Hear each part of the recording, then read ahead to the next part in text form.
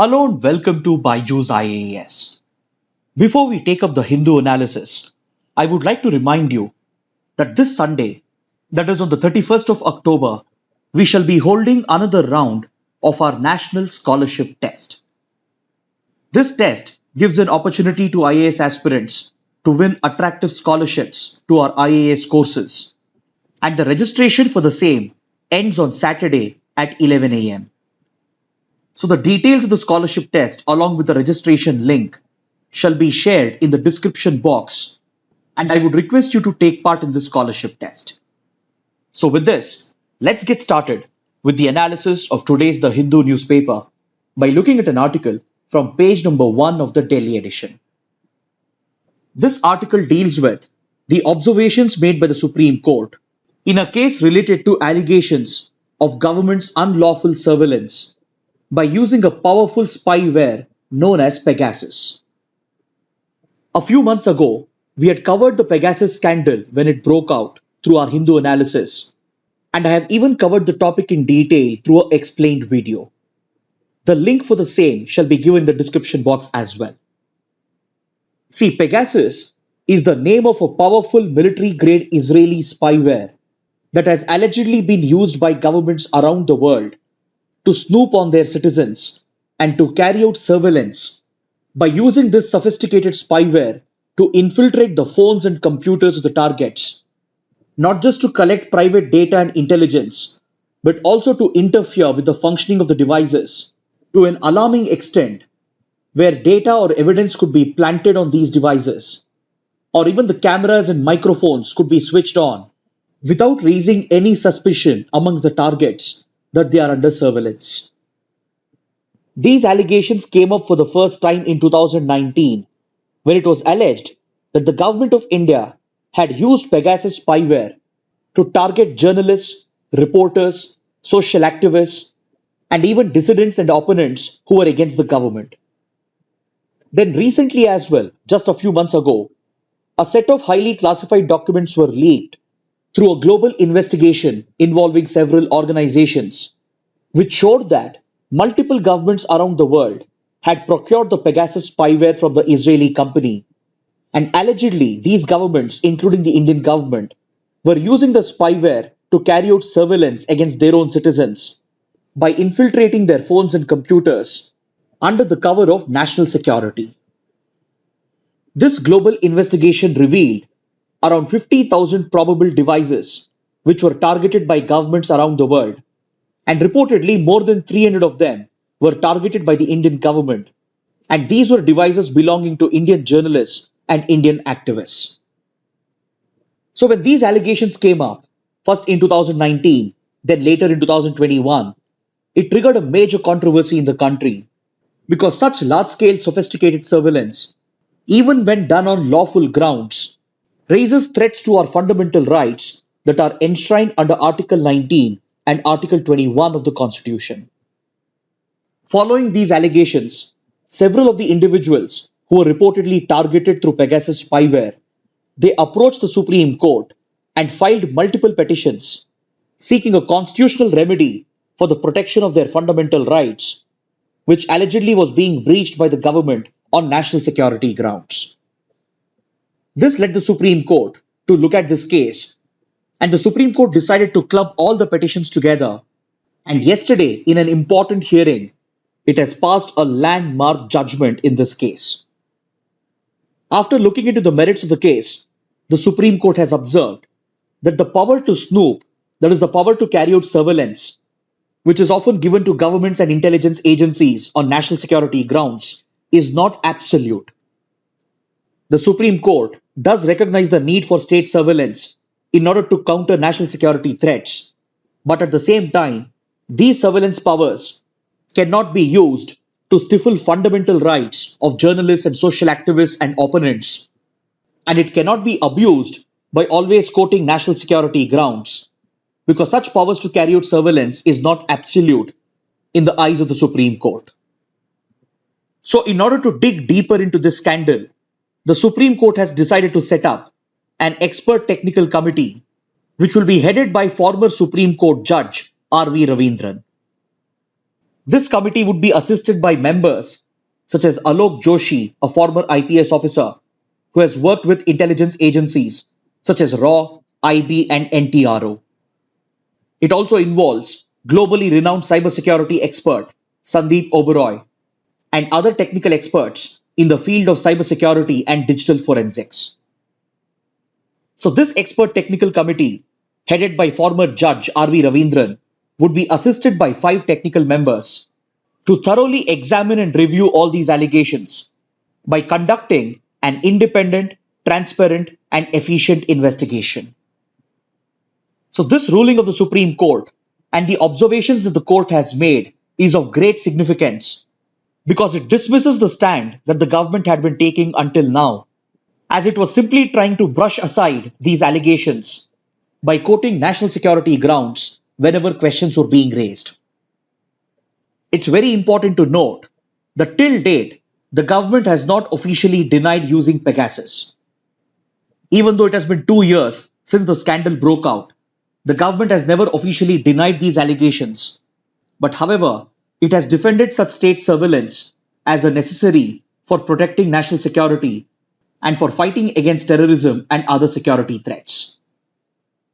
So, this unwillingness of the government to cooperate on the issue gave rise to suspicion for the court as well, and hence the court has rejected the arguments of the government and has made it very clear that the powers to carry out surveillance on national security grounds is not absolute and it is open to judicial review.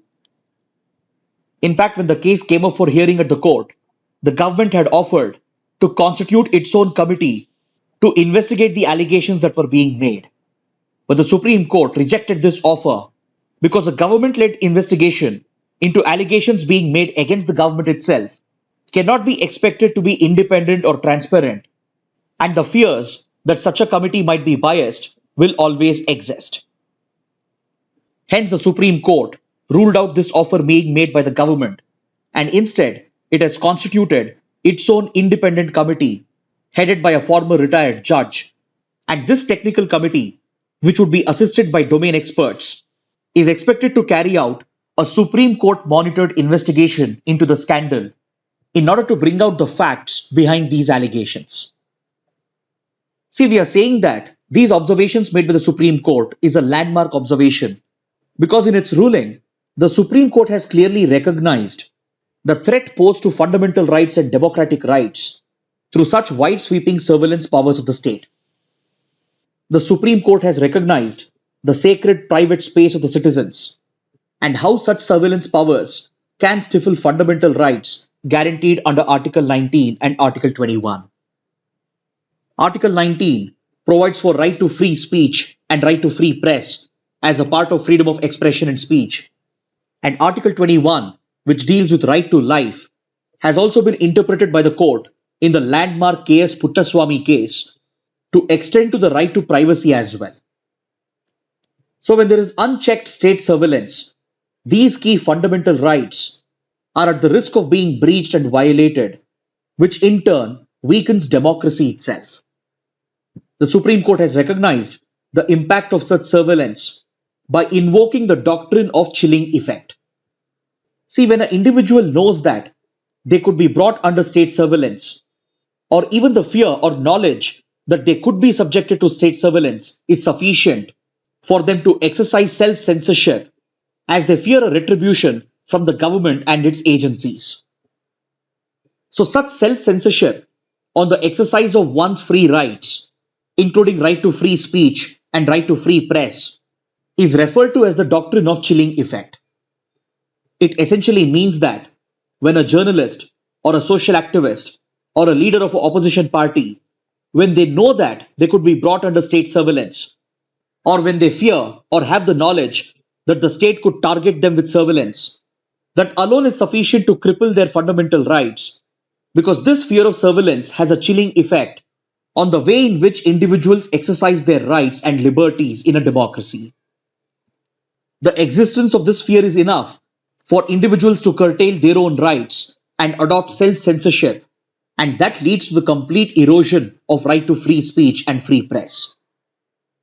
On the other hand, such intrusive surveillance into the personal lives of individuals and citizens blatantly violates right to privacy as well, which is seen as integral to Article 21 as interpreted by the Supreme Court in the landmark KS Puttaswamy case.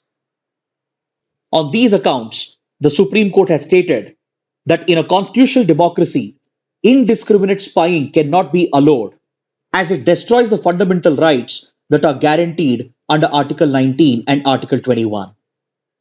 It has been reported in these articles on page number 11 that the Supreme Court does recognize the need for state surveillance. Yes, for protecting and defending national security, for countering terrorism, and for countering the covert actions of hostile countries, it is essential for the state to engage in surveillance, including the usage of technological surveillance.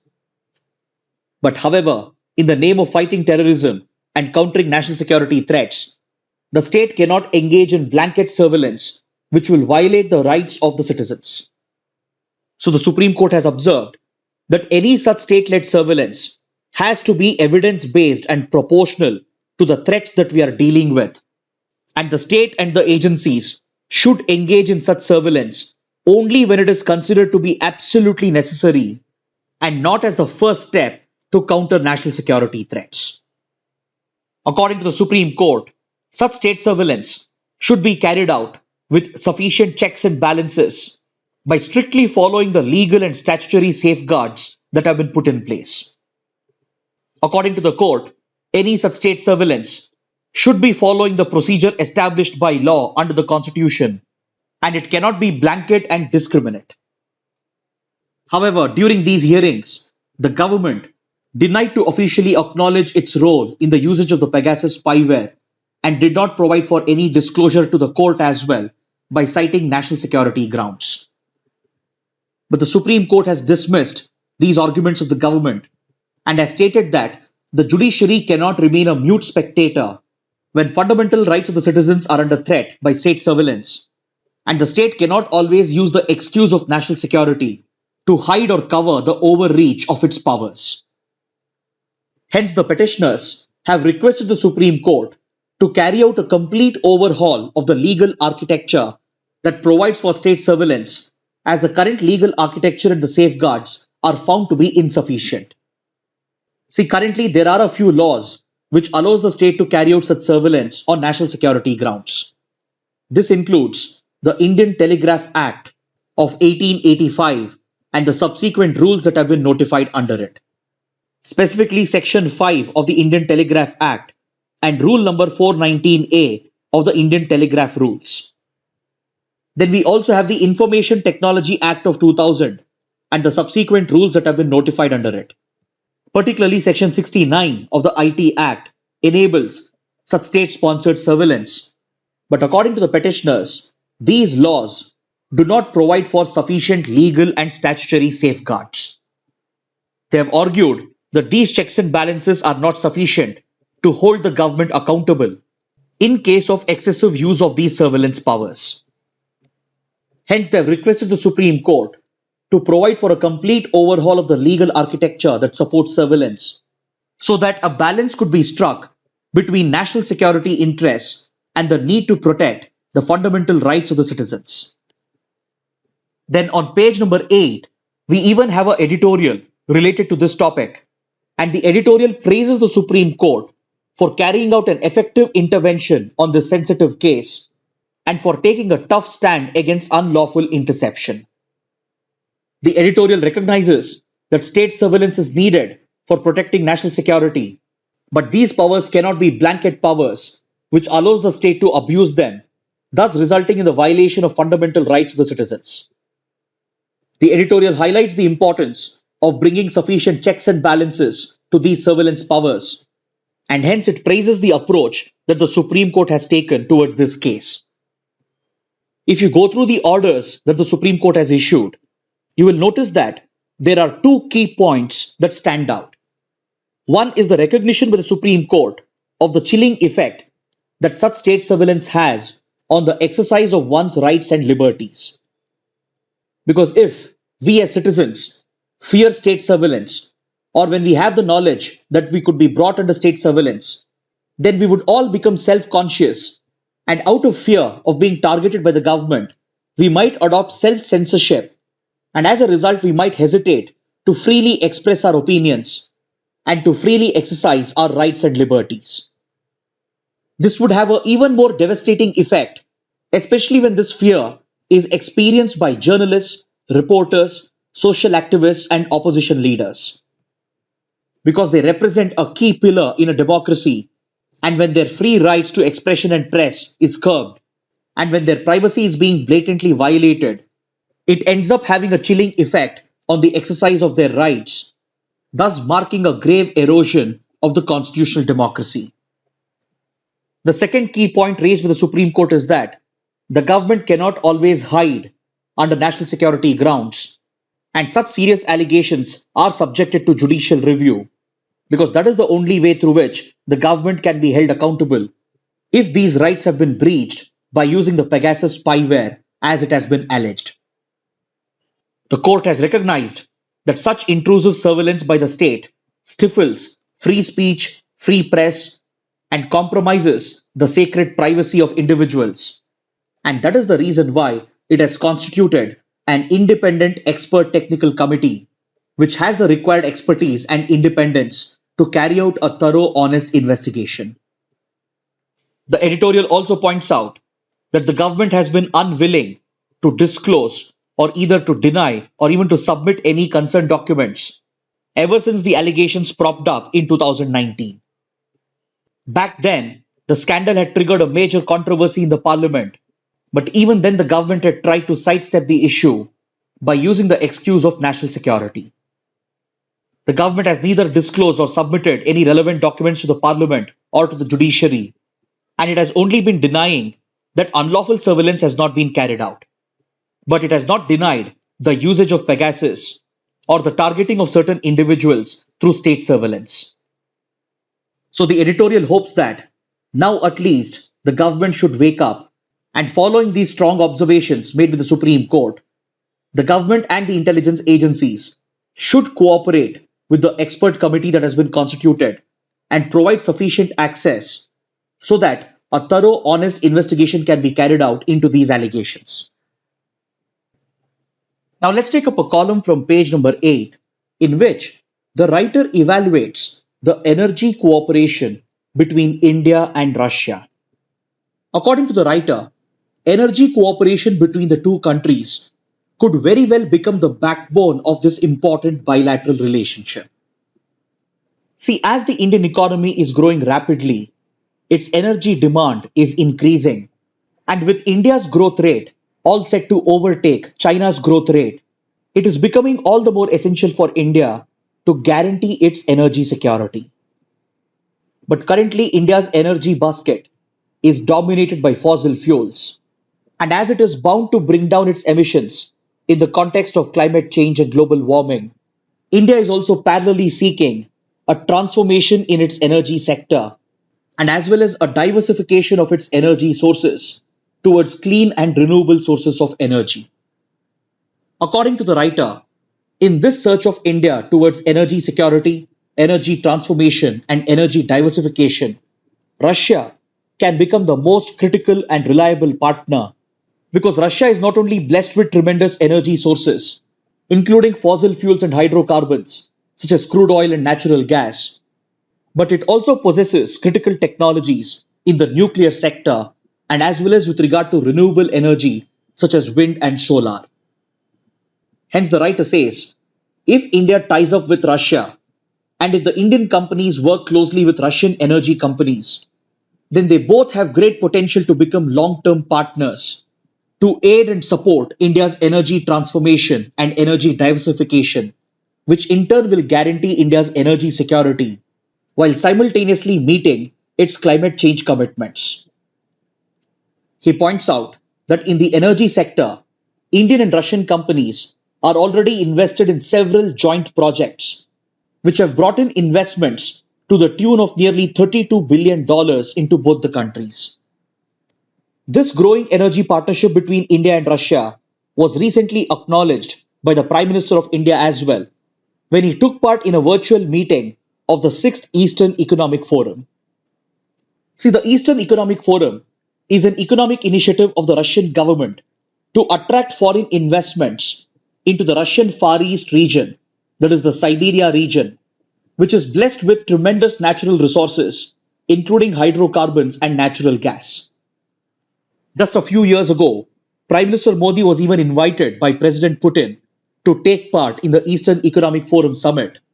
And during this summit, India made its interest in the Russian Far East region very clear by announcing a line of credit of $1 billion in order to explore energy projects in the region and also to create necessary connectivity infrastructure for these projects by connecting the ports of Chennai and Vladivostok with a new alternative sea route.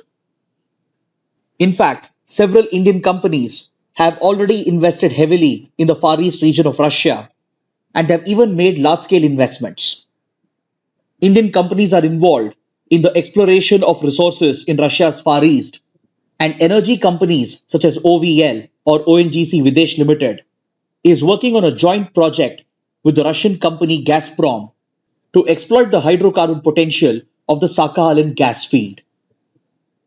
Then other large Indian conglomerates such as the Tata Group and SR Group already have significant investments in the Russian Far East.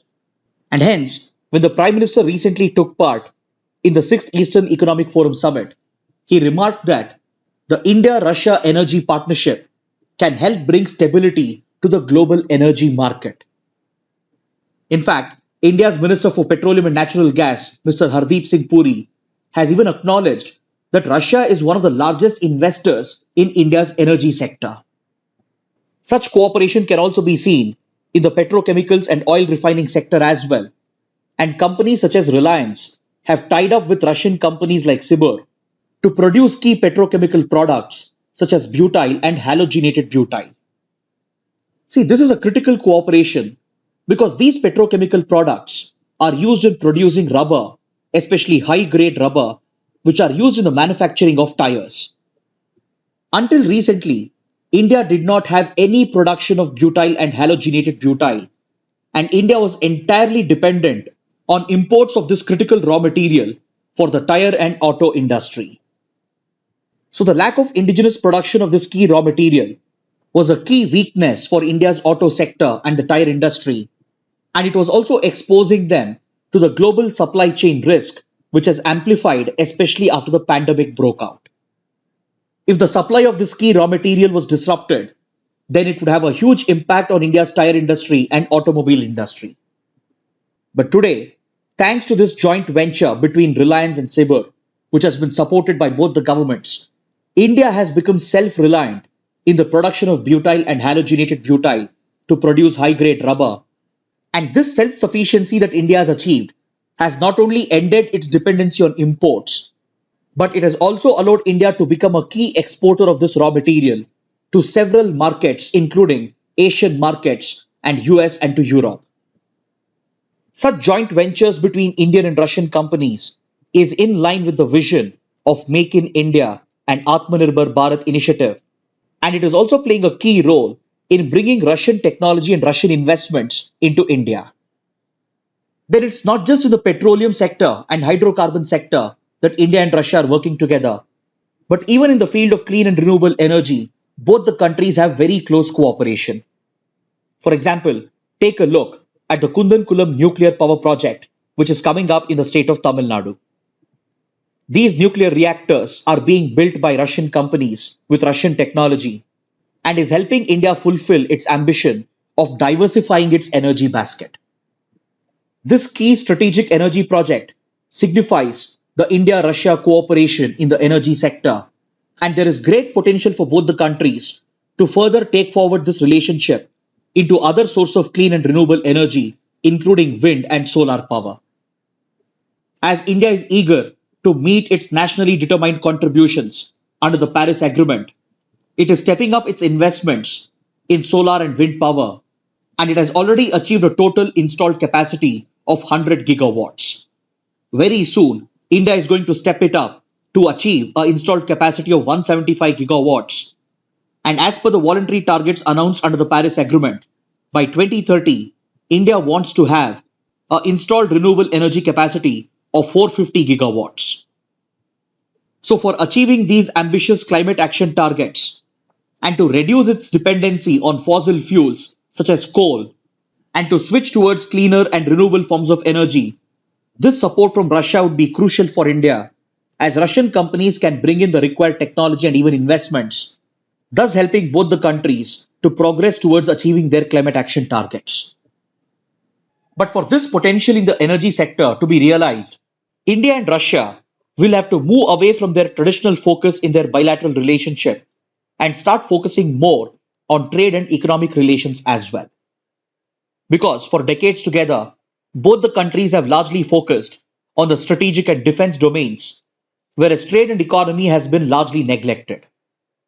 It's only in the last few years some progress has been made through which such joint energy projects have become possible. But to fully realize the potential of this relationship, the Indian government and the Russian government will have to encourage their respective companies to create a long term partnership so that energy cooperation can become the backbone of this critical bilateral relationship. Next, we have a few small articles that provide us with important updates on topics that we have recently covered. For example, this article on page number 13 deals with the reported test of a hypersonic weapon by China, which has taken the United States completely by surprise. See, hypersonic weapon systems or hypersonic missiles, they travel at very high velocities, at least 5 times more than the speed of sound. And unlike ballistic missiles, which adopt a parabolic path where they break into outer space and make a re entry to strike at their target, the hypersonic missiles travel the Earth at lower altitudes and they usually go in a circular orbital path to strike at a desired target at extremely high speeds, thereby defeating all the missile defense systems. The traditional missile defense systems are designed to track and predict the parabolic path taken by ballistic missiles, and hence these traditional missile defense systems will become pretty much useless against hypersonic missiles which go around the Earth and later glide down to strike at very high speeds by traveling at least 5 times the speed of sound. Recently, it was reported that China conducted a test of such a hypersonic weapon, and there are very few countries working on this technology. This includes United States, Russia, and China. These three countries already have proven demonstrable hypersonic capabilities which could eventually be deployed into weapons. Even India is working on the technology, and recently India also tested a hypersonic prototype. But the recent deployment of a hypersonic weapon by China took the US intelligence community by surprise, and it has led the US military and strategic community to conclude that this test of hypersonic weapons by China is the equivalent of the launch of the world's first satellite, Sputnik, by the Soviet Union in 1957 during the Cold War era. As the Cold War had begun between the two superpower blocs, the Soviet Union became the first country in 1957 to launch the world's first satellite, known as Sputnik, which triggered a major space race and arms race between the United States and the Soviet Union. So the recent test of a hypersonic platform by China has been equated with the launch of Sputnik by the US strategic and military community, thereby underlining the significance of this event. However, China, on the other hand, has denied all these reports and has stated that it was just a routine test of a reusable space vehicle. Then you should also note that even North Korea is developing hypersonic technology, and there are few other countries as well which are working on it, as these hypersonic weapons are considered to be the new frontier because of their ability to fly low and fly at great speeds, thus making them hard to detect and intercept. Next, I also want you to take a look at this article on page number 1, which refers to the land boundary law that was recently enacted by the Chinese legislature. We spoke about this in detail just a few days ago and had explained as to how this law formalizes China's military and diplomatic actions concerning its boundary disputes, especially land boundary disputes, and it further encourages the Chinese PLA to take up such aggressive military actions to defend China's sovereignty and integrity, and seeks to strengthen China's territorial claims. After China enacted this law, India and Bhutan have become particularly concerned because these are the only two neighboring countries of China which share a disputed land boundary, which is yet to be resolved, thus leaving India and Bhutan to assume that they could be the potential targets of this new Chinese law.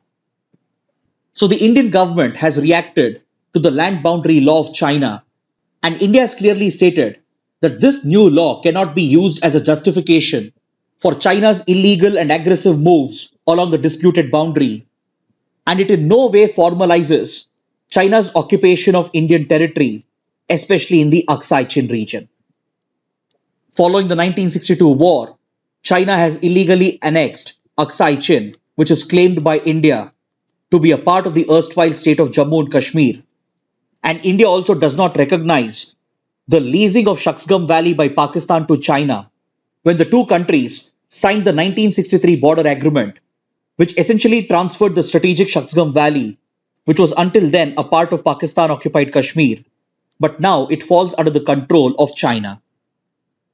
So India has reaffirmed that the occupied areas, both Aksai Chin and Shaksgam Valley, and their status, along with the question of the border agreements that India and China have signed, there would be no bearing or impact on these aspects of the boundary issue from this new land boundary law that China has enacted. Now let's look at the mains practice questions. The first question. The Supreme Court recently ruled that the power of state to snoop into people's sacred private space is not absolute. Critically examine the statement in the light of the Pegasus scandal. The second question. Russian companies have the potential to be long-term partners with India in aiding its energy transformation. Illustrate. Kindly write an answer to these questions and post your answers in the answer writing portal, for which the link shall be given in the description box below. So this concludes our discussion for today. Thanks for watching.